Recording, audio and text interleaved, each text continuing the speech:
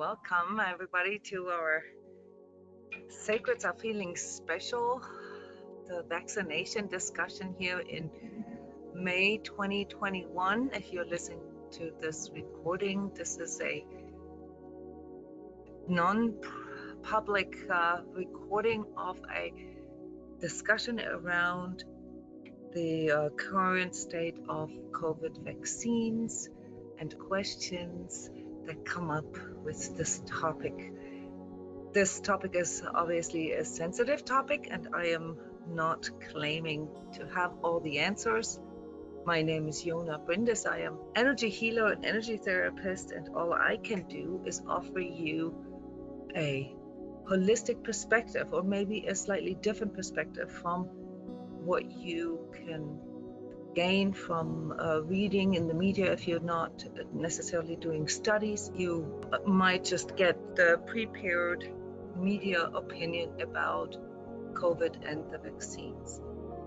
So a big welcome to all of you. I have opened up the channel for all of you that I could open it up for. You guys can be here with camera if you want to. This is not a public recording. We want to discuss this here amongst us and see what the different concerns and questions are that come up with people that are energetically sensitive, that have a perspective that is maybe not so common or not so popular, or where it finds or where we find it difficult to have these kind of discussions with co-workers, friends, family, or people that we know. So what are some of the questions that come up in all of us? What are your guys's feelings about what is going on, and what are the kinds of conflicts that are being raised within you? I've received a few emails and a few submissions for questions, so I will try to address them. Yes, and I also want to point out that we do have quite a high amount, I'd say more than 50% of people here in the Sacred Self-Healing community are actually healers or health practitioners themselves. So guys, feel invited to chime in with your views or your information. Yes, we want to really keep this here open, informational and educational for all of us, and hopefully help us all to sort our own thoughts and feelings around whether or not perhaps we should get a vaccine, whether or not we should do this or that, or maybe even how we can respond to people who ask us about whether or not we want a vaccine, or whether we get confronted with a choice in regards to our job requirements, or school, or anything like that. What are some of the problems or say situations that you guys have already run into? Where do you come in contact with this discussion about the vaccines? It's different in each of our countries. On the internet, so there's a vaccine tracker globally that can inform you about the individual countries and how many people received a full doses like of 2 vaccines. It's just something where you can look this up for your own country if you want to. Yeah, go ahead. Oh, Jona, I've had like people like my mother ring me up, and other people asking, have you done your bit? Have you been vaccinated? Okay. And really that pressure of if you don't get the vaccine, you're not doing your bit to help the country survive an outbreak. And I find that a bit sort of like it's the pressure outside to get vaccinated, and if you haven't been vaccinated, the judgment that comes with it. Yeah, so there's this like taking one for the team notion, right? Like doing our bit, contributing to what does it say? Ending the pandemic. Yeah, yes, really. And other people that I know that have had it quite angry. Well, and I don't go into a view of it because it actually can spark anger in people and quite hostility as well.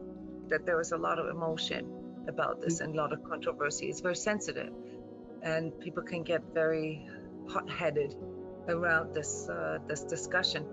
Now, you live in Australia, Julianne. The current numbers are like this. So this is the green numbers are the numbers of vaccines, the first dose, and the number of fully vaccinated people in your country.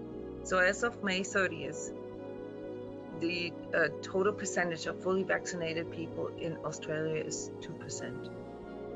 Okay, this just helps us to get a little bit of a feel for, how, the overall, obviously distribution plays a big role. So in some countries it's more difficult to distribute the vaccine.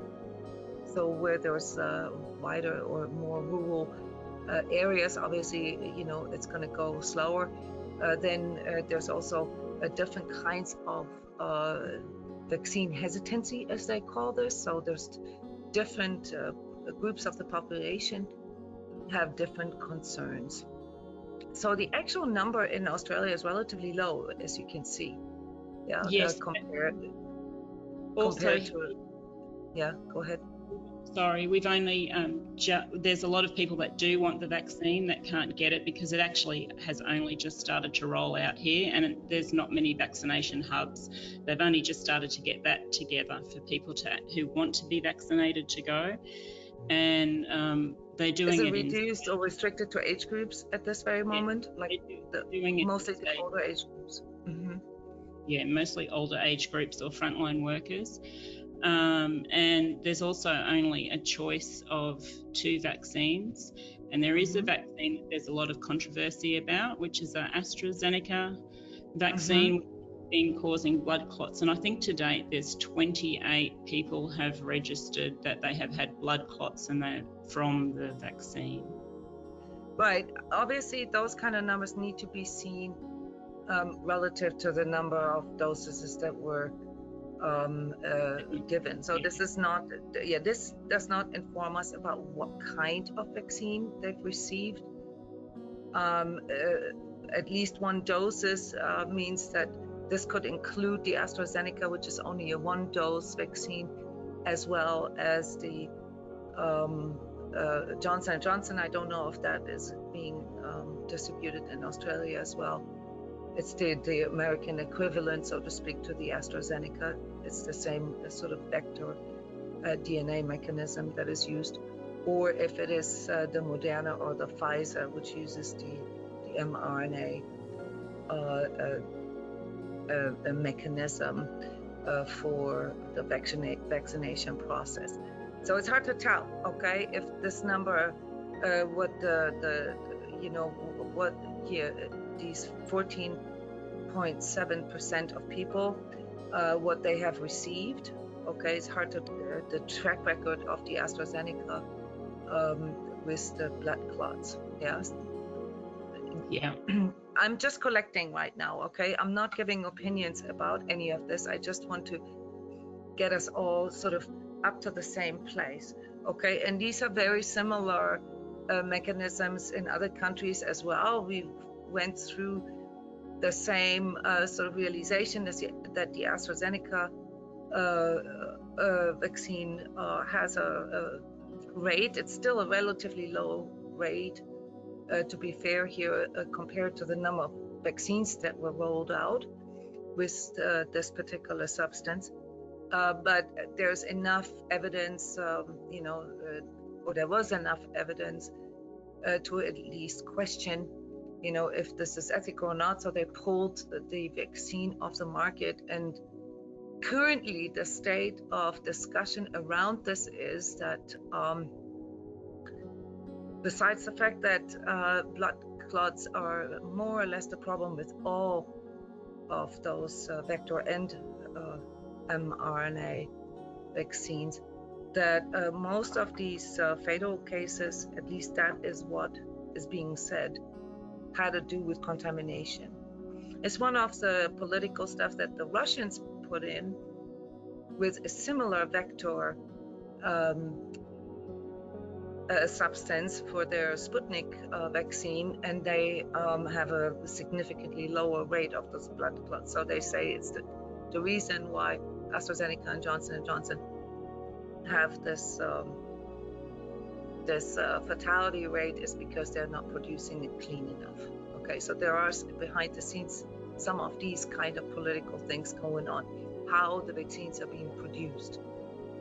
Just as a side info here. So this does not really have anything to do, or what I said has nothing to do with the mechanisms that are being used here, but I just wanted to let you guys know that there will be more about this in the media, why this even occurs, and that this technically shouldn't occur. So they put it back on the market, as far as I know, at least Johnson & Johnson here in the United States. Europe went through the same, and they reapproved them. So we have these two types of vaccines out on the markets here in the Western world. There is a third kind, which is the Chinese vaccine, that uses a different mechanism, that doesn't use any kind of gene therapy, that uses a more of a classic sort of anti-serum, antibody mechanism. I don't know, do you know anything about that, Julianne, being available in Australia? Because it's not available here in the United States. It's in Bali and Indonesia. I've got friends that live in Bali, and they've all had to be vaccinated, and they've had the Chinese vaccine. Yeah. Efficacy, guys, is something that you probably don't know. If you don't read studies, you're not really sure how to read those numbers. There's a lot of controversy about how this has been sold to us. Okay, there's a relative and absolute efficacy, and these are two different numbers that are both being calculated when studies are being done. And I just want to point your attention to this, that you really look at both these numbers. Okay, so you see that what we are being told is basically a number that makes us believe 95% or 96 or 99% efficacy for the Moderna and Pfizer efficacy rate produces a picture in us that that 99% of people who get the vaccine are not going to be sick. All right, this is not actually true. Really, what it does, it reduces your chances of getting it. It cuts that almost in half.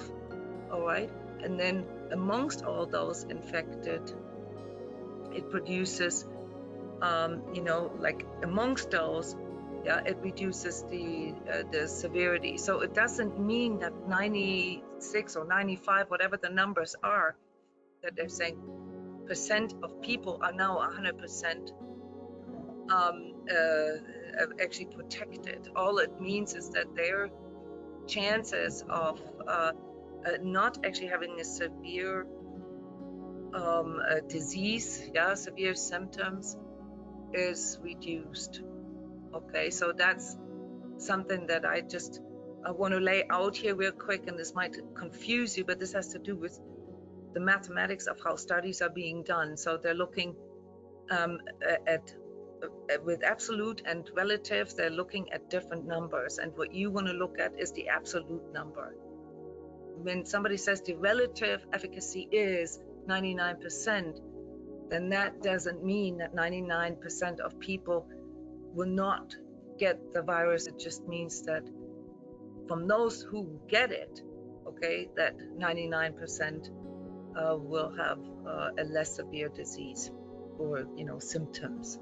Yeah, so here we have to differentiate between testing positive and actually getting the disease, just like this from other diseases such as HIV, for example. So yeah, these kind of things that you mentioned here, Julian, the pressure that comes from like other people, asking us if we are doing our part, immediately puts us into a place of guilt or of some kind of response.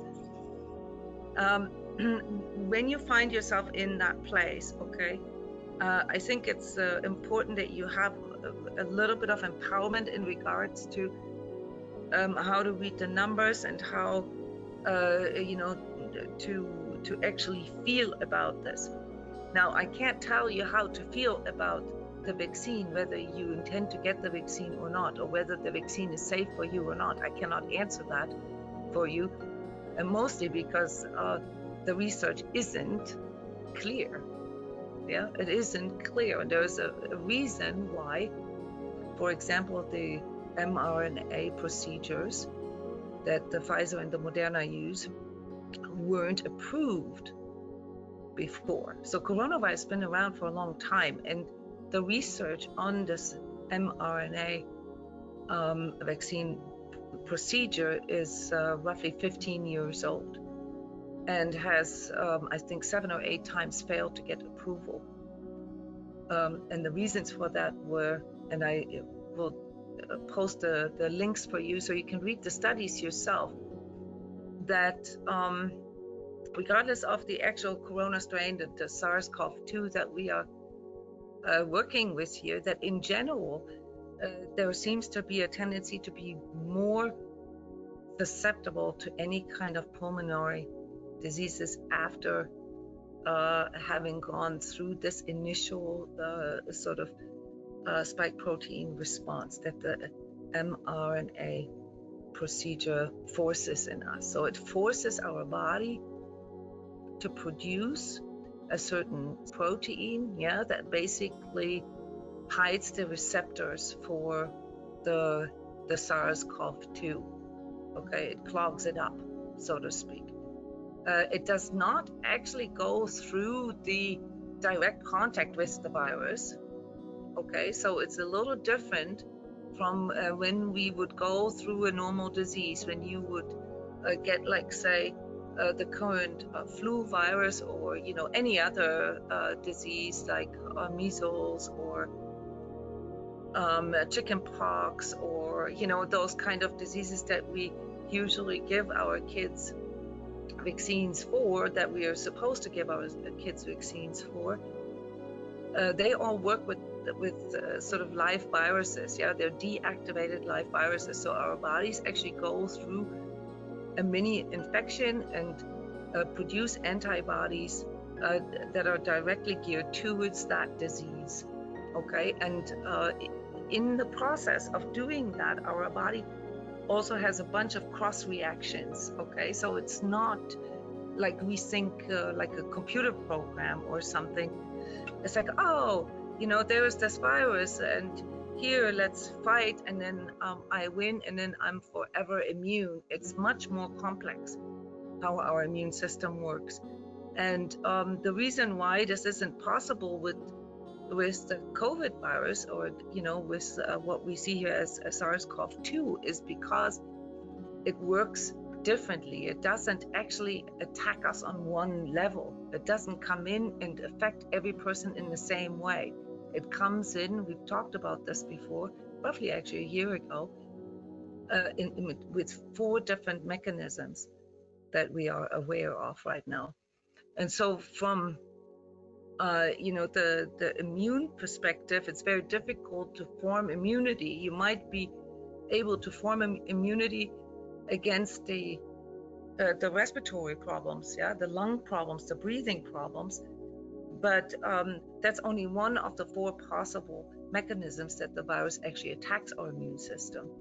So at this moment, it's not possible for one vaccine to form, a direct contact with it, knowing which of these systems it will use, which is why they've chosen to go down this route and say, we're just going to block the receptors for the virus so that we cannot really be attacked by this virus. But there, you can hear this already, even if you're not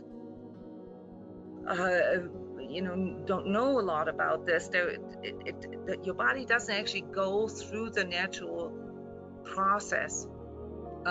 Even with the other vaccines, you go through a process where you go through the disease in such an asymptomatic way that you're not going to get whatever the symptoms are, but your body still goes through the immune process with the T cells involved, and the whole sort of memory bank that is being formed in your body, and the mRNA, the gene therapies that have been chosen. It's very smart actually, but it is not yet clear what that does to our body if we have our body produce sort of an anti-mechanism against something that it hasn't even encountered yet.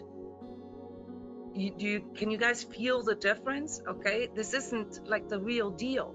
Okay, this is just sort of a theoretical thing. Yeah, so the body has some kind of recognition, but the problem with that is that with all this now going through our bloodstream, okay, and our system being told that it has to react something that it never actually came in contact with, there's a lot of byproducts that are being produced. It's mostly waste products that are being produced that are then ultimately responsible for those clots, for those blood clots. Okay, so the blood clots occur, and this is the interesting part about this, or not interesting, the sad part about this, in extremely unusual places. And from what I understand, I'm not a virologist or epidemiologist or anything, I'm just a sort of an ex-chemist, but from what I understand is that the blood clot problem exists with mRNA mechanisms as well, just in a different way.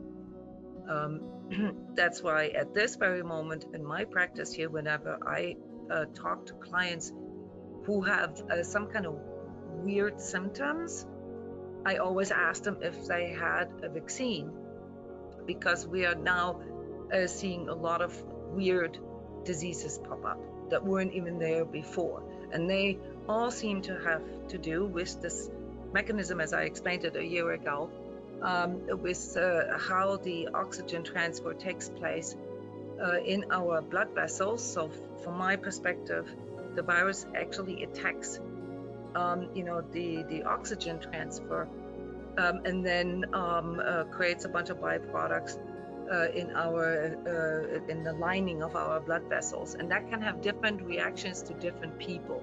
Okay, some people have an over-immune reaction where they produce this cytokine storm, which leads to people go into this real sudden death and suddenly not being able to get any oxygen into their system because their own body is overproducing. It's like an anaphylactic shock, if you have a severe allergic reaction.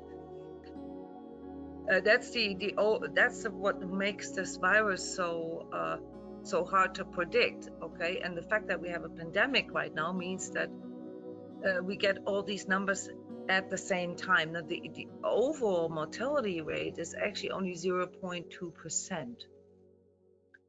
So this sounds kind of harsh when you say it that way. It's double the number of the flu, that we have learned to live with. We've learned to live with the flu and with the mortality rate that the flu has on people who have lowered or impaired or deficient immune reactions. And I'm giving you guys these numbers here so that you can form your own opinion about this, because I guess the biggest controversy is not so much about which vaccine or when, or, I mean, when is something that we can discuss, but is the vaccine even necessary?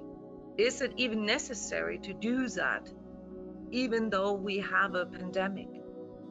Yeah, is it necessary for us to go into a process with the injections that permanently alters, how our immune system responds? That works pretty well. It's quite miraculous, actually. Yeah, how well our immune system works, and to give it information to respond to certain things in certain ways that may have consequences that cannot be overseen as of right now. So as of right now, we do not know what the outcome of this current genotherapy is. There are not enough numbers. Okay, it's a really big field experiment. Okay, so this is, I think, when you discuss any of the vaccines, what we all have to keep in mind, okay, that we're dealing with a mortality rate of 0.2%, which means, yes, some people will not be able to get through the disease, just like with all other diseases that are out there.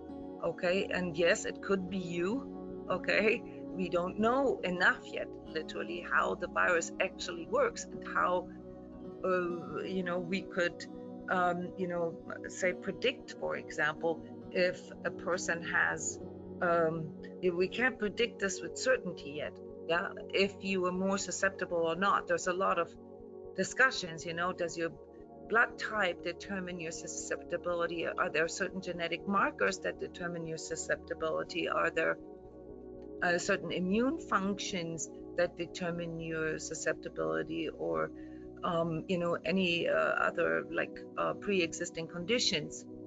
And we know about the pre-existing conditions. Basically, all conditions that have some kind of metabolic dysfunction, like diabetes, for instance, or certain heart abnormalities, certain blood abnormalities that can all lead to a stronger or more severe symptoms with COVID. But because the system that COVID uses can be so different, even in a person with multiple infections, this is really important to understand. This is what makes COVID different, is that even if you had COVID once, okay, and you build immunity against one of these ways that it enters your system and that your system responds to, the next time it comes to you, it can come in with a completely different attack method. Okay, does that make sense? This is why we are so afraid of this, because it's not that easy. It's not that easy to say, oh, it comes in that like that. All we got to do is find sort of the antidote and then tell our body, how to react. That is not what we're doing in this case. In this case, we are telling our body that if it sees something like the coronavirus, you've all seen these pictures with all those spikes, right? If it sees something like that, it's immediately supposed to react against it and just basically, bring out the cavalry, bring out the archers, bring out the like everything, that it can, to prevent any kind of contact. So the contact is actually being inhibited here, which in the end does not allow our body to really know what it fought against. These are some of the problems that are there, and that all medical researchers and doctors in this field know. Okay, so the state of the situation with the vaccines is that nobody knows for sure. We do not know if the vaccine will work. We have numbers, and those numbers tell us that it reduces the risk of transmission, and this is why our governments speak for that, because the main concern for the governments is the healthcare system, is the infrastructure, is basically to prevent the overload and collapse of the infrastructure in a country similar to what we've experienced here in India just most recently, or in smaller versions in Italy and some other of these really severe outbreaks that we had in some countries. So there's a question here. So yes, Julianne, I can't really give you an answer about the pressure, the outer pressure with other people and how to deal with that. Yeah, everybody who asks me if I'm getting the vaccine, I'm honest, I say no, and as of right now, I'm not planning on it. Okay, the timing is off for me if we get enough data in, which we will now. In a year from now, the data will look differently, and then I will maybe feel more inclined to make a decision about this. But at this very moment, I am not feeling inclined to make such a choice. All right, because there is not enough data.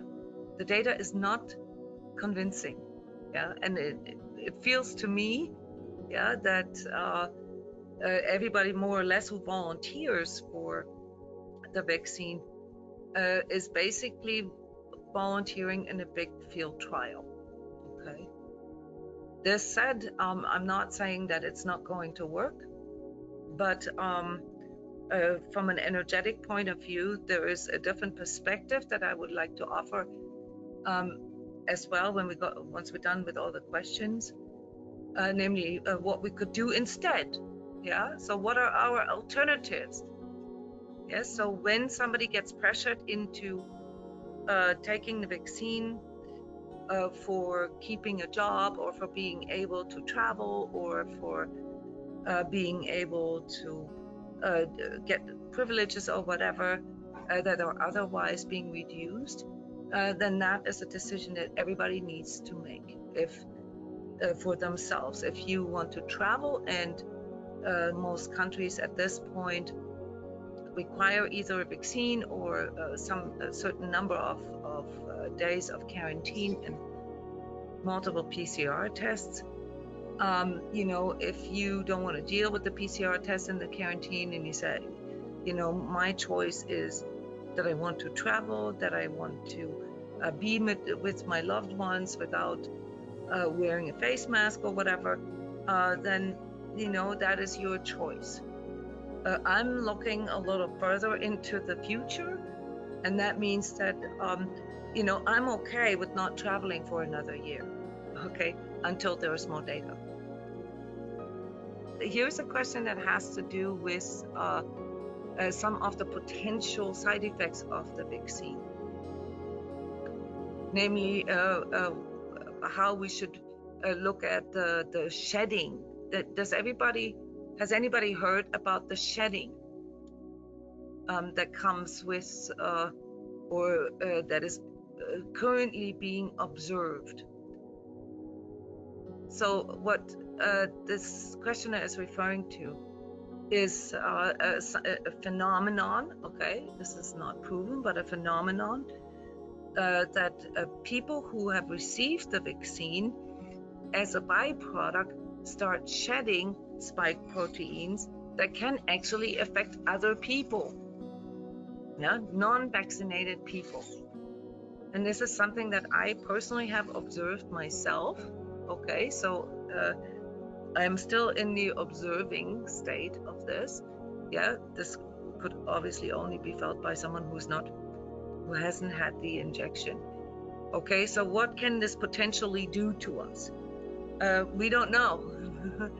There's a bunch of reports, and you have to be very, very careful about reading these things that people report, because there's multiple things that are being mixed up. Okay, so there is one thread that refers to altered menstruation cycles, like a 35% higher miscarriage rate amongst vaccinated females, for instance. Most of the complaints that come here from that could potentially be linked directly to the vaccine and the shedding come from women at this very moment. Okay, women seem to be more affected by both the vaccine itself, also actually by the virus itself. That needs to be added here. That's why you have to be very careful with what you're reading there. Are the complaints or the phenomena that are being reported, are they the consequence of actually having tested positive, having gone through a COVID infection, having received the vaccine, or having been in the presence of people that are vaccinated? There's an indication that people who are vaccinated as a byproduct, in my personal opinion, this is minimal, but I do recognize that there is something going on, basically expel, the excess spike protein that their body is producing. Okay, so I don't know what the actual question is. Okay, it's just bringing up that topic. Okay, personally, I would say that it's best to keep an eye on those reports, but also to differentiate very clearly what these people are actually reporting about. Side effects of the vaccine itself, side effects of having gone through COVID, or side effects of being in the presence of vaccinated people. Those are three different things, and in all these three threads, we don't have enough data yet. We simply don't know. There's a bunch of things that we observe. There's a bunch of phenomena, that are being tracked, but there is no conclusion yet. So basically, there's a likelihood that there is some kind of shedding, but it doesn't look like that it leads to transmission. So it doesn't look like that people who are, I would actually say it doesn't, who are vaccinated become transmitters. That is not the problem. There's other problems. There's an immune response that can be triggered by other people. Okay, you can feel sort of, that you're immune, like an allergy almost. This is kind of like how I would describe this phenomenon, that you have some kind of allergic reaction to people who are vaccinated, depending on which vaccine they've received. So me personally, I have observed a really strange, and it's almost immediate metal taste in my mouth when I am in the presence of someone who's received the Moderna or the Pfizer vaccine. So the shedding topic is a big part of the conspiracy corner, and just like with a lot of information about COVID, half true, half not. Okay, so the conclusion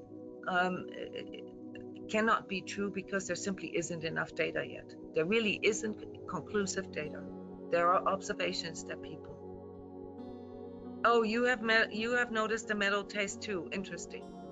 Yeah, this is the only thing that I can make out as my own little database. It's instantaneous. Okay, so the actual question was in regards to actually physical intimacy, or close contact with somebody, like say a wife or a husband, and how that might affect us. I would say at this point it's hard to say.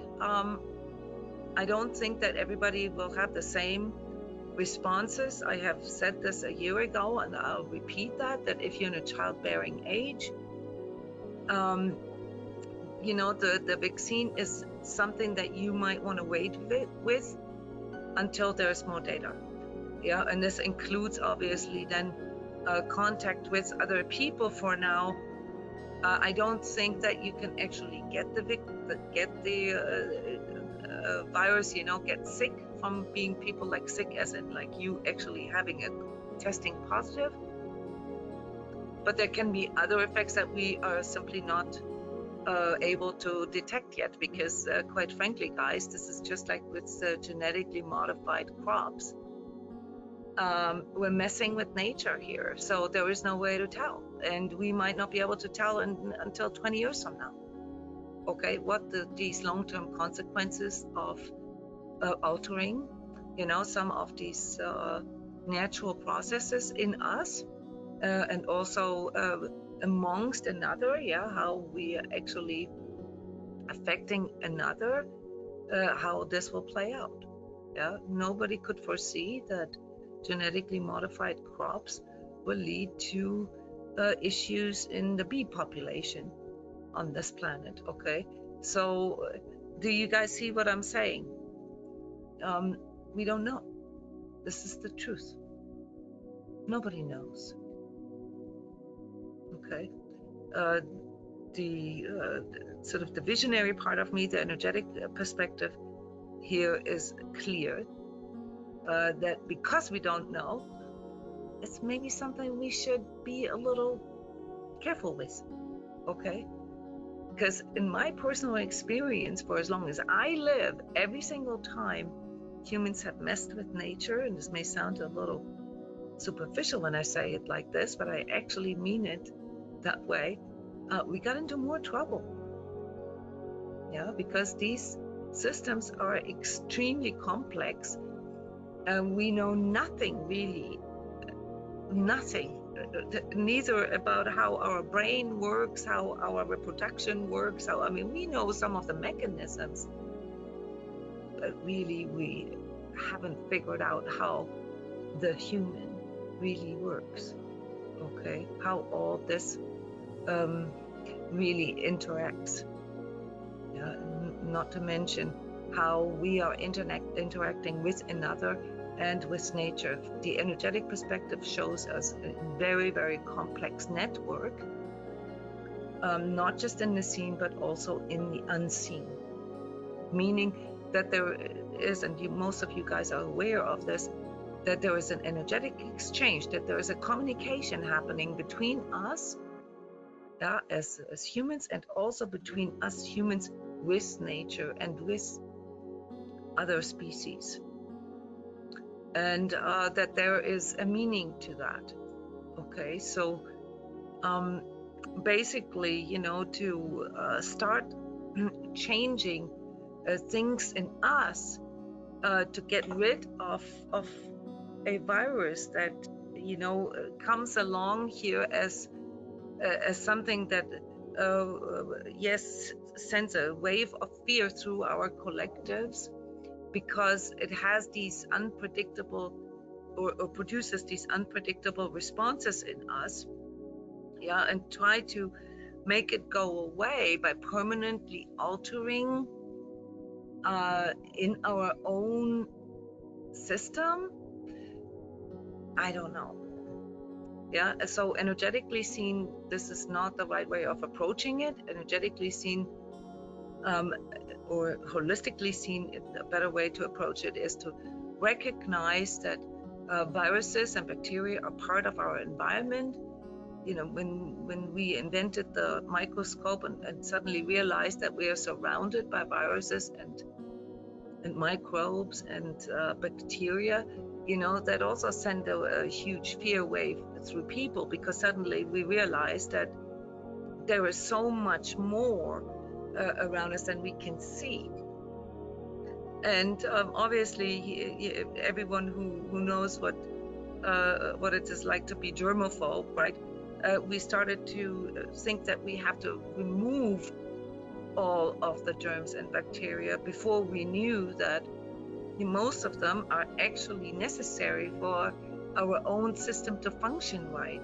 Yes, we have lots of different bacteria and fungi, and even, sort of similar to virus, codes in us, that come in through organisms that live in symbiosis with us, and that play a very important part in our own sort of total function of organism. So if there was anything that I have learned through studying chemistry and biochemistry, is that yes, there are a lot of processes that you can break down and that you can control, but there are some that are just too big, where we just don't know what the chain reaction ultimately will be, and where it's probably better to be humble with this, and to recognize what we can do instead of just removing that which makes us sick, namely the second principle of healing that I mentioned so many times, strengthening our system to not even get sick in the first place. And actually in that instance, and it's currently, I think, not allowed in the United States to say this, but in that instance with the SARS-CoV-2, it's actually really easy to protect yourself, right? Because it's not a very dangerous virus. It's only the mechanisms that it uses are unpredictable for us, and we cannot fully control them. But simple measures such as increasing our vitamin D, our vitamin C, zinc, vitamin K, and our overall efficiency, cardiovascular, digestive, and basically healthy living principles, can beat this virus. In 99.8% of people.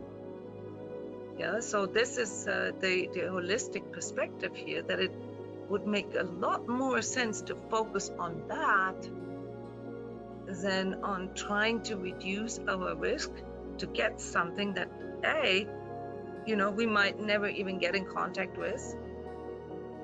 Yes, in times of a pandemic, chances are a little higher, but even if the numbers stay as they are, it doesn't mean that we have to get in contact with the virus, or B, that if we get in contact with it, that it produces a life-threatening situation in us. So the mechanisms that can help us to form para-immunity, where our body is actually able to go through an infection with very light or almost asymptomatic symptoms, is extremely high. It's extremely easy, with the exception of a few conditions that we haven't figured out all of them yet. So we don't know, it seems like a surprise to some people that are otherwise healthy. But from the studies that I've read, it turns out, post-mortem, that these people had undiscovered predispositions or comorbidities. Undiscovered. They didn't know that they had them. So right now, this is the big fear factor here. The fear factor is that we simply can't predict if or how an infection with the SARS-CoV-2, how that will go for us. That is the fear factor. That is the uncertainty. And the vaccines suggest that we should completely, basically, prevent any contact with this virus whatsoever. And for many doctors and researchers, that's a controversy, because here the question is whether the measures are even sort of ethically in relation, in proportion to the dangers. What is your guys' opinion? What is your guys' feel about all of this? With all these uncertainties, be it the uncertainty about what the vaccine does, be it the uncertainty about what the virus might do to you, the uncertainty of potential side effects of the vaccine, not just on the vaccinated person, but also on other people. Where do you stand with all of this, guys? This is Becky. I was gonna say I've always felt this caution with it. They're just kind of, for me, I never really felt this prompt to have it done or go get vaccinated. It's more like it's caution that's there. That's just kind of always been there. Now, if you put this into relation to the virus itself, yeah, the fear of, like, say, getting sick. If you had to compare the two feelings, yeah, the caution on one hand, right, and let's say the fear of getting sick, where do you stand there if you compare the two? I have more fear of the vaccine than getting sick. Okay. And I'm feeling that out if that's more of just naivety, you know, or not. What was that? If it's more what? If it's more like naivety, like am I Naivety. not, Okay. yeah, am I in kind of denial about it, or I'm still feeling that out, what that's about. But I have more fear of the vaccine than COVID. Okay. Yeah, I mean, you're a young person, Becky, yeah, and you know, I mean,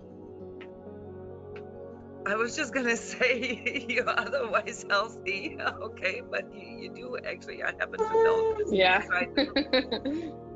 Currently going through some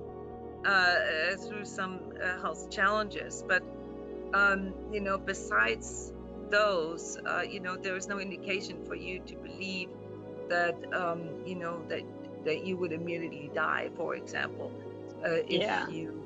So is this what you were referring to, naivete? Is that you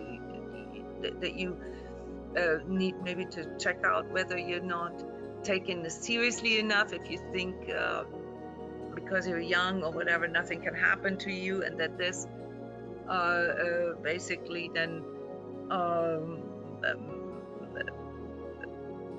you know, makes it sort of the lesser of the evil, yeah, to get sick rather than taking the vaccine. Is that what I'm hearing? Yes, I've been tested a few times and have come back negative, and I think there's a belief system that I'm younger, and then there's also, oh, am I not taking this as seriously because of some of the issues that I've been having as well. So I think, yeah. Have you actually been in contact with people who, I mean, But you said you were tested a few times. You were tested a few times. Was this in response to actually having been exposed, or was that just routine testing? Routine testing, and then Okay. There are no both for routine testing. You weren't like in contact with someone who actually was sick and you tested negative. I mean, those are things that can give us indications. Correct. A little bit, but there's other factors that we've discussed, you know, like the viral load and certain behaviors also that can determine, you know, whether we get sick or not. Yeah, I hear you, Becky. I mean, obviously, I'm not, you know, proposing here that you should all be anti-vaxxers, okay? But I am, you know, suggesting that you guys are all cautious with this kind of decision, okay? Because it needs to be aware to all of us that there is no conclusive data out there, okay? So at this very moment, we have an emergency use only approval for these vaccines. Yeah, let's not forget this. They do not have an actual approval yet. Okay. And so we are in the middle of a huge, big clinical trial, if you will, with the vaccines. Yeah, this is a statement that, you know, that is actually not a very popular statement, but that is the absolute truth. Okay, so you can ask anybody who administers or proposes vaccines, and this is the ultimate truth. Nobody can give you the answer that can say yes, go ahead, it's safe, or no, let it be. Take your chances. Personally, I can tell you guys what I said to my doctor when he asked me. I said, I am taking my chances. That is what do you guys what I mean with that? I'm taking my placebo and self-healing chances, because from a pure mathematical standpoint, the chances aren't lower or higher, either way. Okay, so I'm with you here on the caution, Becky. I think the caution is the only informed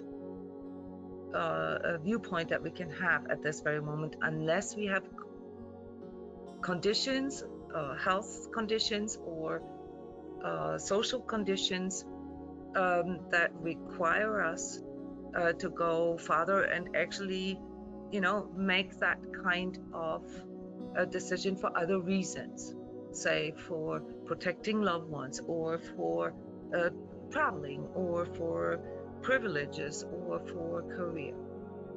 And then it is a different decision that we are making. Then we're making a decision based on, these privileges or permissions. In some countries, it will be that way, that vaccines will be required for certain types of jobs, or for certain types of buildings even, or to even enter the country. We will see this will come.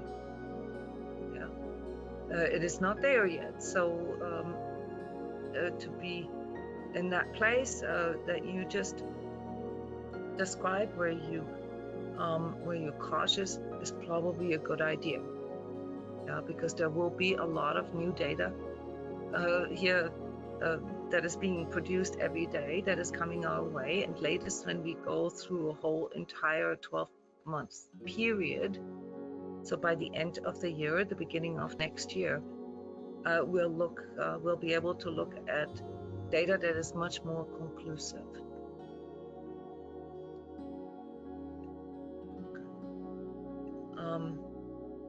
Some more questions coming in here.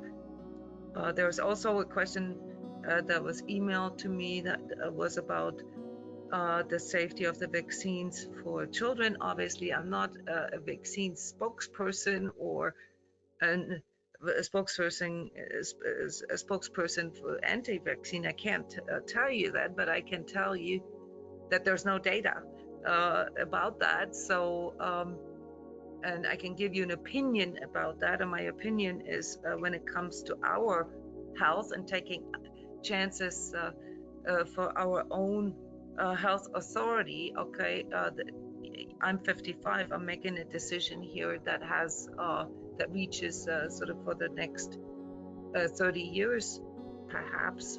Yeah, if I'm lucky. And since I'm not in childbearing age anymore, I'm not going to inherit any of this. So if I die and I have had gene therapy done, okay, then it will more or less die out with me. If I'm in childbearing age, and obviously this is not this is about the children or not, when I'm obviously in a risk group and I'm already in a certain age where the chances of my overall sort of say survival are higher if I take the vaccine than having to live with potential consequences down the road. Then I think the vaccine is a good alternative for feeling safe and for not having to be isolated and going through all these mental health and social problems that are occurring as a consequence of social distancing. if I am in childbearing age, I would recommend to take the stance that Becky has here. Caution, it's not enough data out. And when it comes to our children, currently the vaccine here in the United States, or the vaccines have an emergency permission for 12-year-olds. I would strongly recommend not to give the vaccines to children. There is no indication that this would even make a difference for the children. In the way the disease affects them is very minimal. Most of them are asymptomatic. Is really not the problem, okay? And the discussion about the pandemic is sort of the same sort of brain twister with anti-vaxxers before we had the COVID phenomenon, namely that people who don't want to take the vaccine are suddenly being made responsible for those viruses being there, and that's something you guys have to like really feel through. When I'm not getting a vaccine, how am I responsible for the virus being there? Just because I don't want to use something that actually alters my immune system that I don't even know yet what it does. Okay, it doesn't mean that I am responsible for the virus still being there. The virus is there. I had no doing in this, okay, and this is something that we all have to deal with. So children, I would say a clear no, mostly because the measure is not in proportion with the potential risk, and we don't have enough data about the risks. So the question here again with the shedding is something that we all have to really live with. There's an uncertainty about this, okay? If we have a loved one who did get vaccinated, so one of my children did get vaccinated. I have 2 grown-up children, and I have to live with this now, okay? And I'm not judging, and I'm not in panic or anything. It is something that we will all live with. You guys have seen the current numbers, okay? So these numbers will grow, and then they will sort of flatten out a bit, and then we will get more information, and then we will see how this goes. Here in the United States, for example, if I go all the way down here, we currently have a total full immunity through vaccinations of here 41%. And there's countries that have more of that, but that means that 41% of people have been vaccinated. Okay, and I'm expecting that to be 50-50 probably by the end of the year. Okay, so we will have to live with that now as well. That there are people, half of the population, maybe down the road in our countries, depending on when they started to roll it out, that they do not, that they have some kind of symptoms based on the unknown aspects of the vaccine. My suspicion is that people who got vaccines become more susceptible to normal cold and normal flu, and will actually require heavier medication and will become more sensitive to normal other viruses that are out there. So it appears that every contact with a virus that produces these basically attacks our spike protein mechanism, that that every single time this happens, the response in our body becomes more aggressive. In other words, like a booster shot, for instance, if there are negative effects of the vaccine, a third shot would multiply that. Yes, there's others that chime in here with it being that the vaccine appears to be riskier than the virus. That's probably the easiest way to say that. There's a lot of us who feel that way.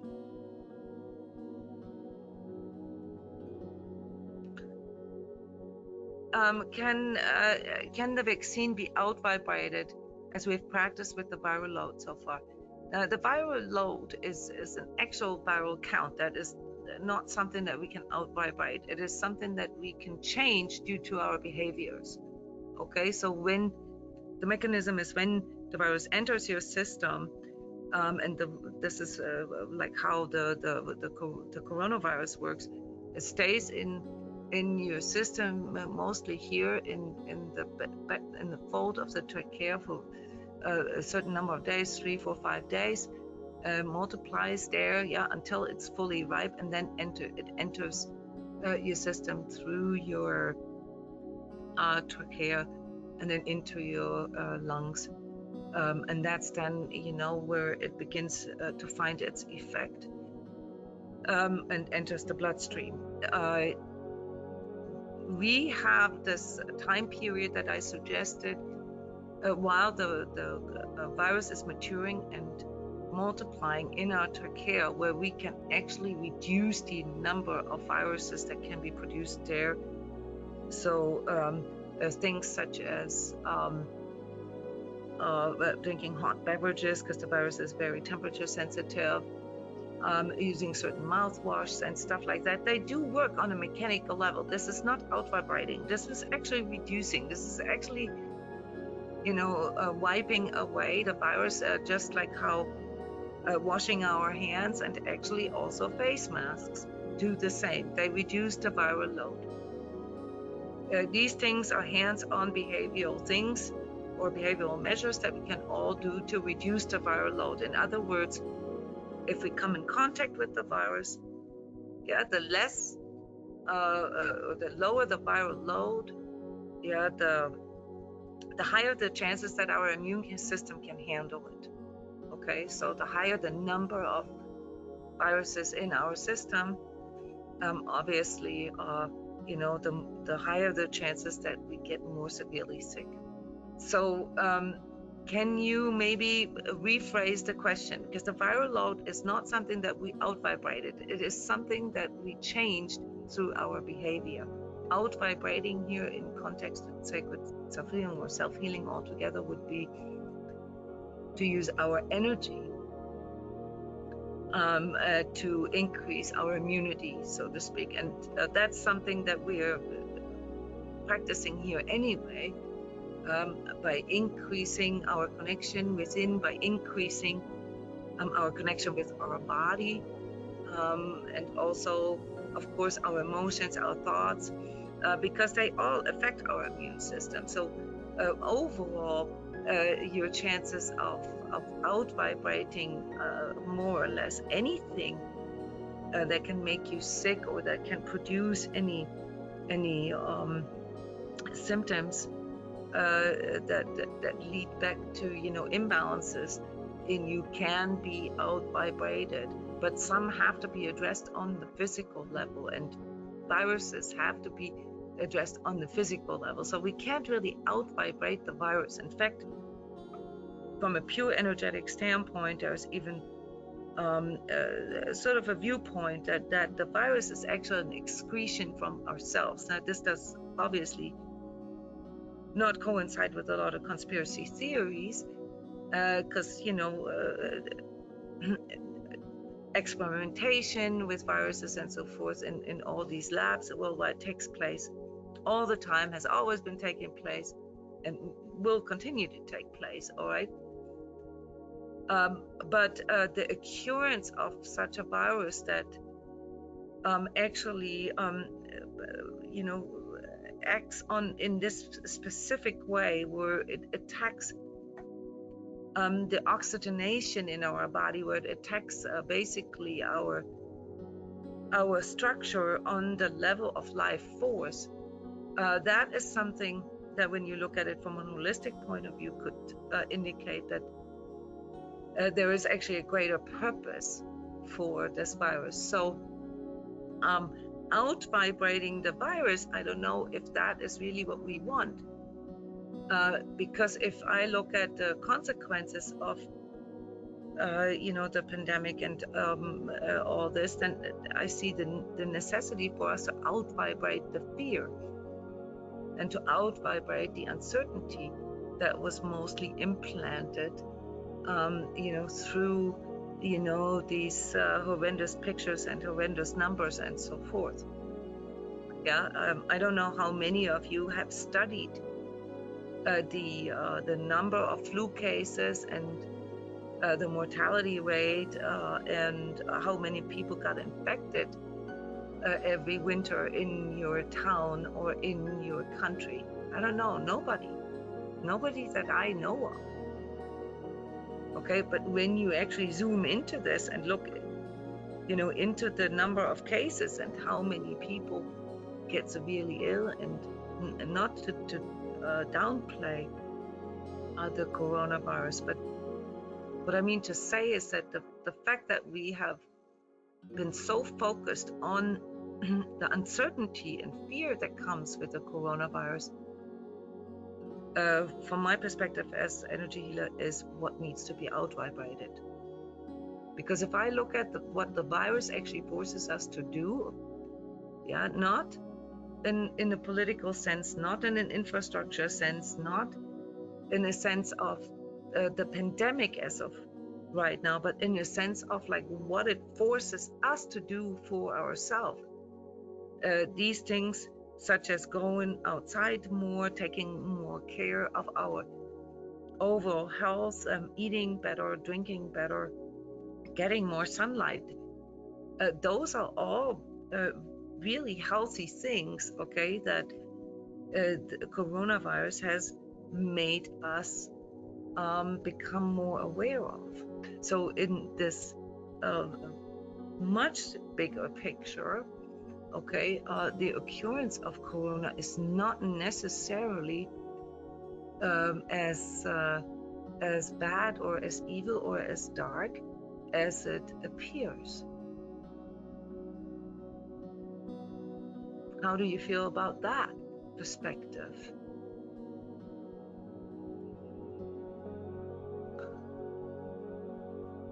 With all the other things that we've heard here today, it's a new perspective to look at it like, maybe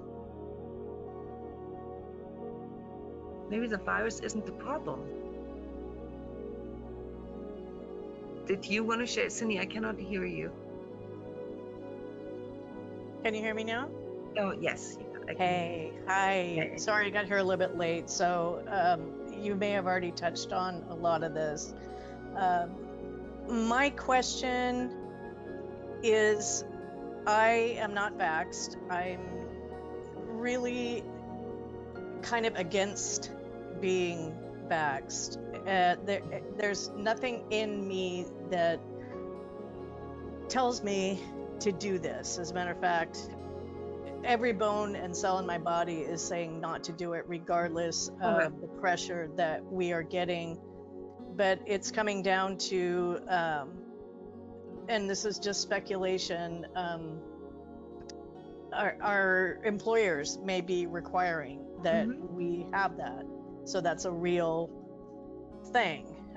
Schools are thinking about requiring in order for me to attend in person as opposed to online.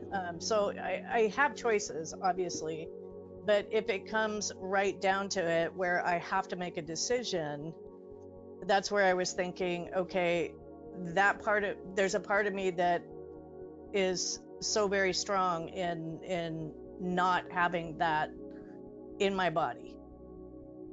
Okay, so You said So against right in the beginning, so this is really something that you're feeling from within. There's nothing yes, that makes you want it. no, Instead, what you're feeling is you don't want it. This is a feeling, or like literally sort of every fiber of your body. yes, yes.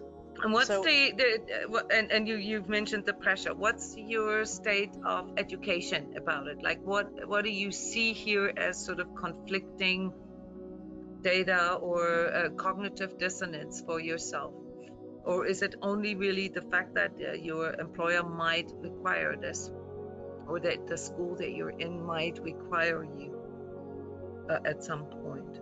right, exactly. So if they do, and then I have to make the decision, Yeah, you know, if it's the right thing for me to do, you know, because that's right. being cooped up, you know, in a prison more or less is not healthy either. So that's where the out vibrate part, because that is an absolute dissonance with me, is if I am forced to have to do this in order to have any kind of life. And, you know, maybe that's a little doom and gloom, but, you know, I'm just putting it out there, asking the question, you know, how putting myself in the best energetic space would be most advantageous, of course, but I guess, you know, how to do that by just doing what we've been doing, by self-care and you know, self-healing. And you pretty much answered that also by you know, the fear factor, because that's always first and foremost on what can, you know, change your perception on everything, is once you drop down into fear. Yeah, I mean, it's important that you understand what the actual cognitive dissonance is. Yeah, what is it actually about? Okay, so you say, what if? What if my employer requires that from me? Okay. Yes, when that happens, then you are going to have to make a choice, right? What are your choices? To either get vaccinated or to find a different place to work. Is that correct? Yep. If that happens. Okay. Yes. This has not happened yet. Okay. So I'm not trying to downgrade or you know, minimize the fear. I'm just saying it is not the case right now. Right. Okay. So you're going to have to outright that fear, the what if. Okay. And we all do. Yeah. What if we are being forced to get vaxxed? What if you know, whatever, they put a tracker on us? Yeah, what if? Yeah, these are all what ifs. Okay, this is not what it is right now. Okay, so that's the part that you can work on. Now, when it comes to that situation where there will be companies requiring that, you know, or airlines or countries or buildings or institutions, yes, then we will be forced to make a decision. But the decision is not that we have to get vaccinated or not. The decision is whether we want to continue going there or working for this company, or, you know, living under those conditions. Yeah, if it means that I have to do something that under normal or other circumstances I wouldn't do. Yeah, if I get put into the situation where I'm forced to do something that I would normally not do or want to do, then I pull myself out of that situation. Does this make sense? Then I don't go there. I find a different place where I can go, where I'm not being put into this place that I have to make a choice.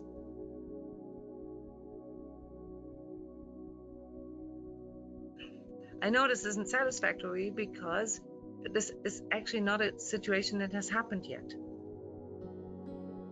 Can you feel this? Cindy, we're talking about a what if.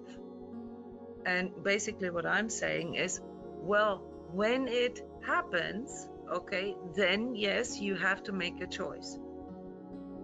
There's no reason for you to stay in that cognitive dissonance right now, because right now you're not in that situation. The worst thing we can do, energetically as well as psychologically, is to put ourselves into the place of a what if, yes, and act as if the what if was already real. And if you've read some of my latest, things that I've written with forecasts and so forth, this is virtual reality. Virtual reality, whether it's self-made or produced or projected from the outside, is when you put yourself into the place of things happening, yeah, as a sort of a, projected a reality, no matter where these projections come from, and act like as if you're already in that place. You're not in that place right now. When it gets to that situation, that place, okay, if it gets to that place, then yes, you're gonna have to make a decision. But the worst thing you can do is already putting yourself into that place right now, okay, already having all the negative side effects of being in a cognitive dissonance, yeah, not being able to think straight, yeah, your prefrontal cortex literally diminished, yeah, your amygdala enlarged, okay, and already reacting in a way that in fact actually prevents you from making a good choice. So my tip is for all of you who are afraid of some of these things, that first and foremost, you make sure that you're not spending all this energy into counteracting something that isn't. This is not the situation right now. Nobody knows.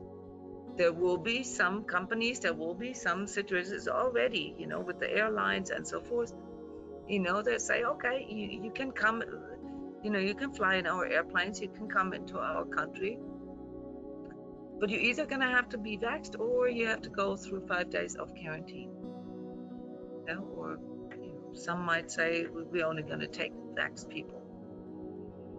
Okay, then you have to make a choice. I had to make a choice like that with our annual retreat this year in Iceland. Iceland lets everybody in. Everybody, if you have a vaccine or if you stay there on a 4-day quarantine and 3 PCR tests. And I've decided that I did not want this to be a condition for you guys, for my clients. I did not want anybody to be in that place where you had to decide between a hard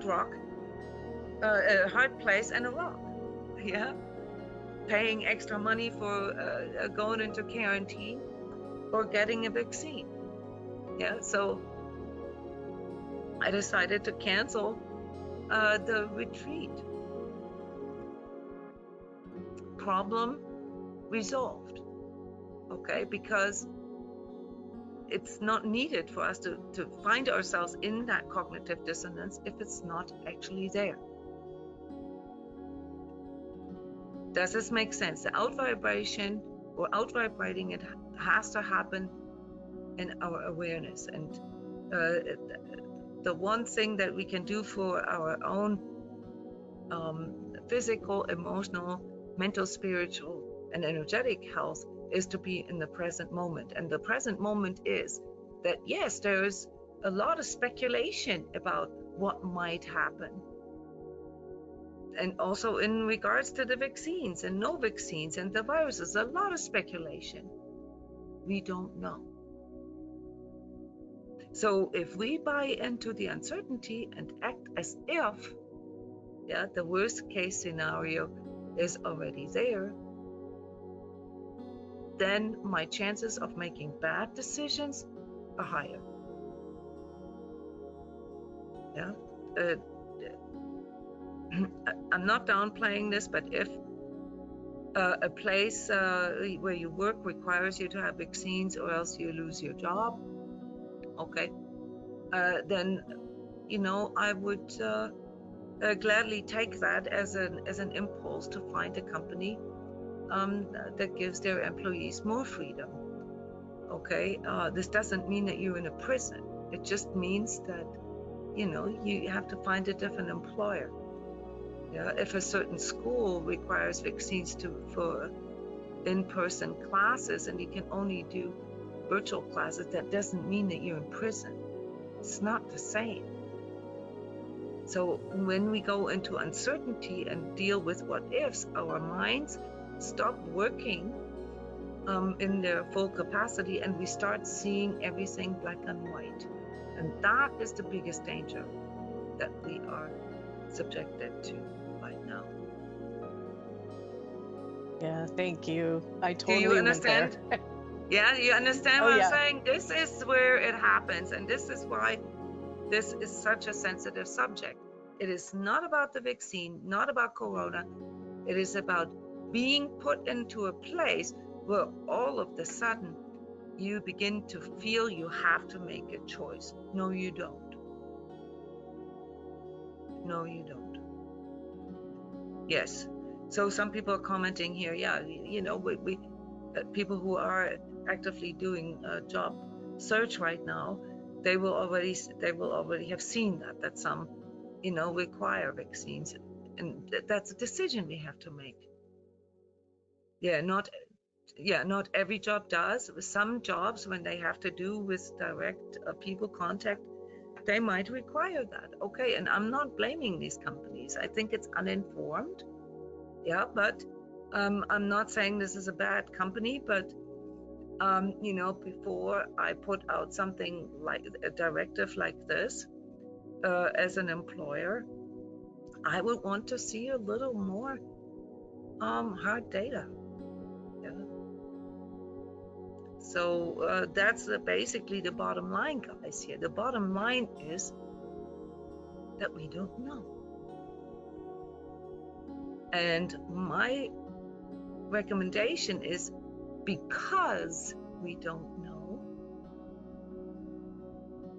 we should let go of our fear and accept that there is something that we cannot control, that we don't know.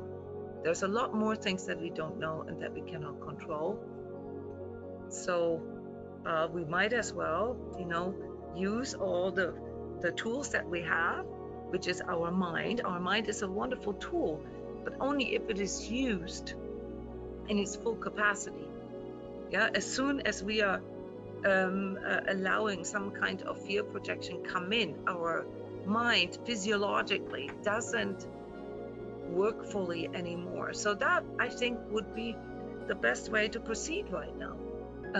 If you have a hard time dealing with the uncertainty of the situation, then keep yourself informed, in a way that you really feel into the information that you're seeing there. Obviously, I probably don't need to tell you that information that you get through social media and even through news often, reflect sort of an echo chamber, of your previous searches. So like Google and Facebook will more or less do sort of a pre-selection of what kind of news and what kind of posts you see based on your preferences, based on your own bias. Okay, so you're gonna have to out-vibrate that, by retrieving information from places that are not biased. How do you do that? Well, for one, obviously you can work with your browser and you can work with the cookies on your computer and delete them every day, so that they don't really limit your choices so much. But the other one is really to illuminate sort of all different points of view. And when it comes down to a decision, like say,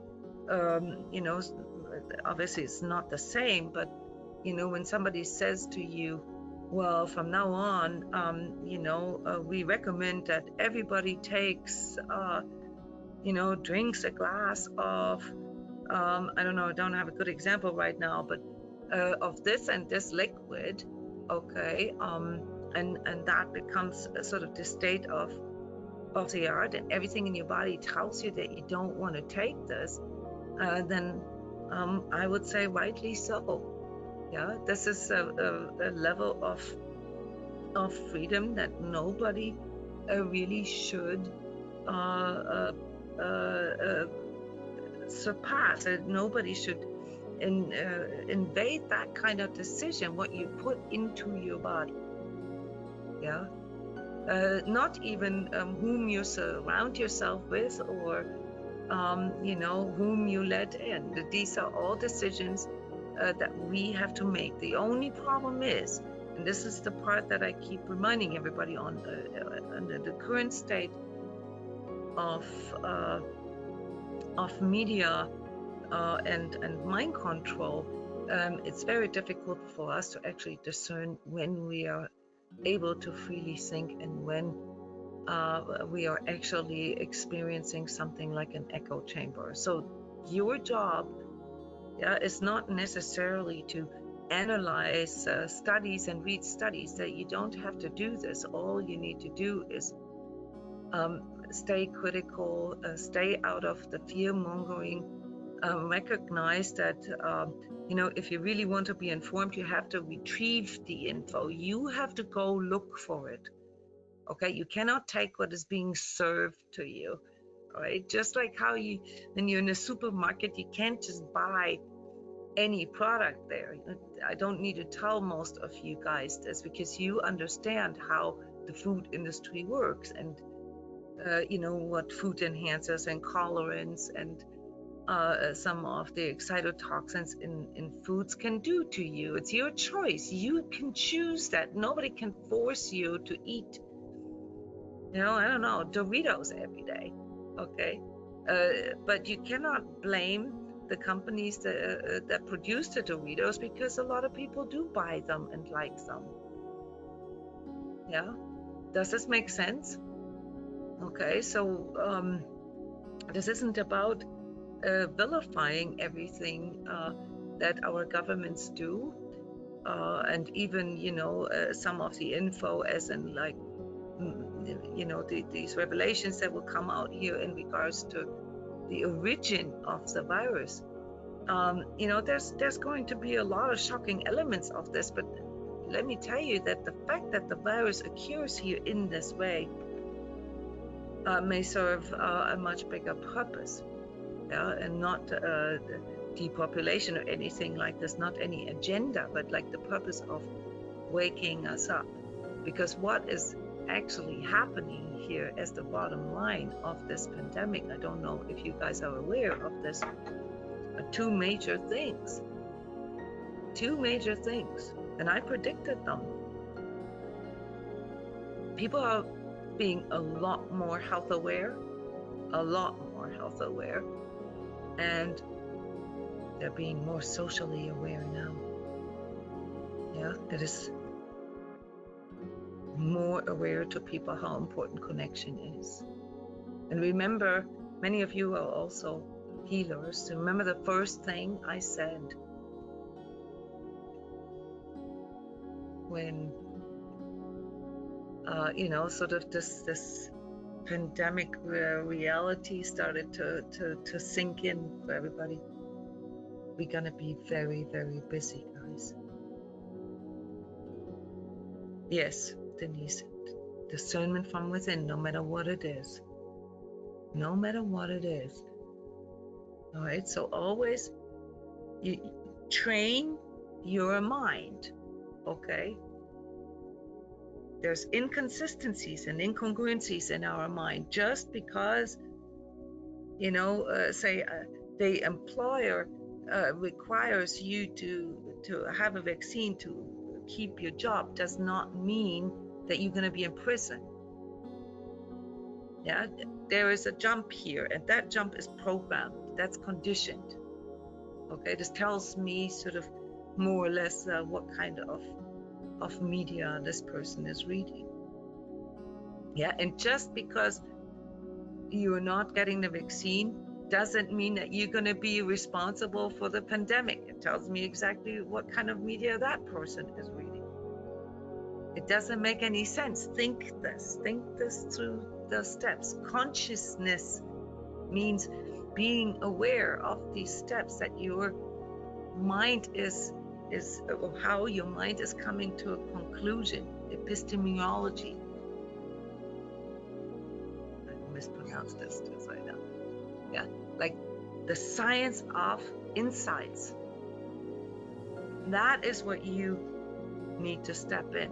Discernment from within means understanding how you come to insights and what you need to come to your free insight. And if that is not given, if there is not enough info, if you're not in the right condition, if there is too much pressure, if there is propaganda, if there is mind control, if there's gaslighting, if these kind of conditions are there, you simply can't make a decision, and you have to recognize that. You have to recognize when you can't make an informed or educated decision. Yeah, and I recognize that we are in a situation right now where there is not enough information.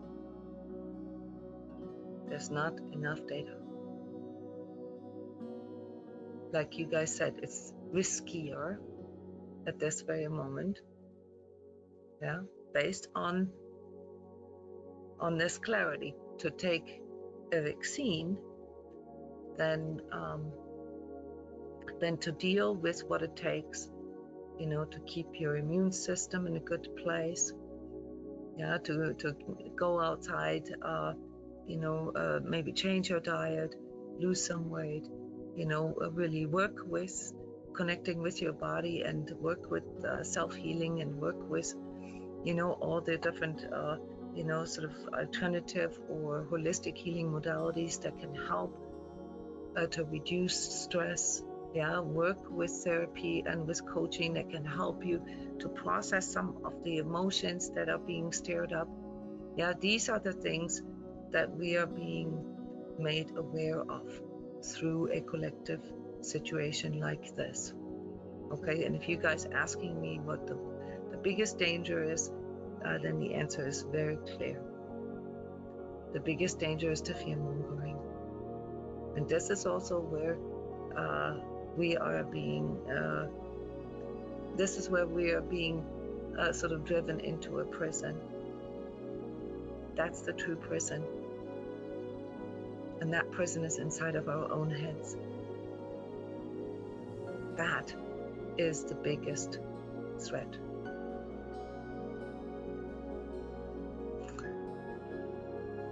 Okay, so we have to come to an end here, guys. There's obviously a lot more aspects to this, but I wanted to make the point that it's inconclusive, and that really what we need to learn to do is not how to become better at arguing for or against vaccines, but recognizing that the fact that we are even being put into this discussion, or into this situation that we have to make a choice, that is the illusion.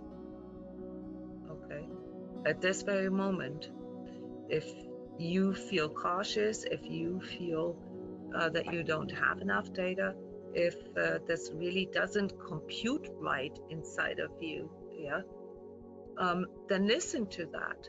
Yeah, and if you have questions about, say the risks or or things involved with your own body, then you need to go and speak to a medical professional who does blood tests, who does certain kind of